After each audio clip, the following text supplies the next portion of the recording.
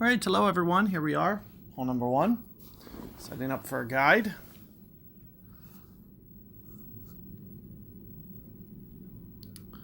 So let's see what wind they give us for pro. Ooh, that makes things tough. So that's going to kind of cut this off a little bit. Make it really hard for you guys to go this way. In the pro division, you'll see, I really don't have enough topspin to probably get this to where I need to going this way. So one of the things I'm going to do, I'm going to check out my bags.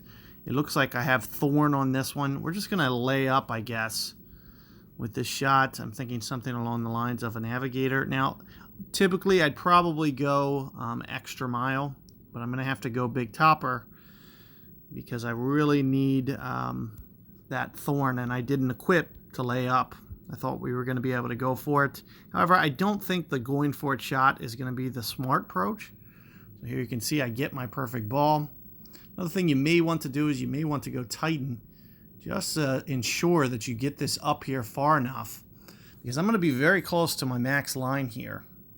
Now, one of the good things that I do like is it is going to be a tailwind. So with the tailwind, I may just have enough. However, you'll see, up here, we're going to be very close to max on that thorn.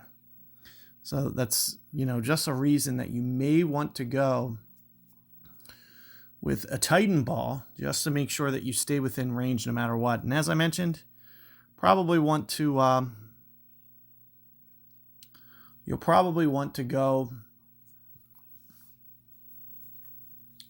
with extra mile or,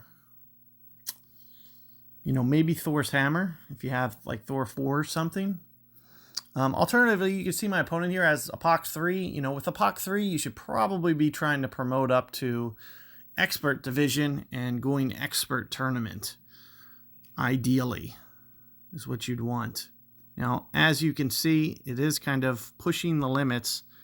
I almost, I'm going to have to kind of under adjust intentionally here.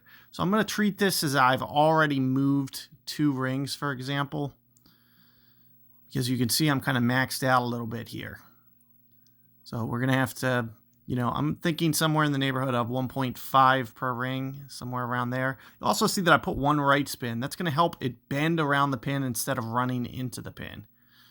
So typically I may go 4-ish, 4.5 rings. So I'm going to go 2.5 here. That's about 2.5 rings. Make sure that I add no power. Perfect ball. And still didn't get behind there. So even with 2 rings, it was too much. I kind of told you guys that we'd kind of be at max there. I had to just kind of wing it a little bit. And unfortunately, my ring adjustment was just a little bit too heavy. 2.5 rings, still too much. Almost should have just let it fly at max there and just gone no rings. But this is kind of what I mentioned. You have to kind of cheat over to the right edge there a little bit. And alternatively, you may want to go tighten just so you can get in there tight. It's much more reliable than this fairway spot. So that's one of the main reasons you want to do that. And also, a short iron is always going to be typically, closer to the hole, makes it a little bit more holeable than a long iron. So keep those tips in mind. Good luck with that hole. I'll see you guys on the next one.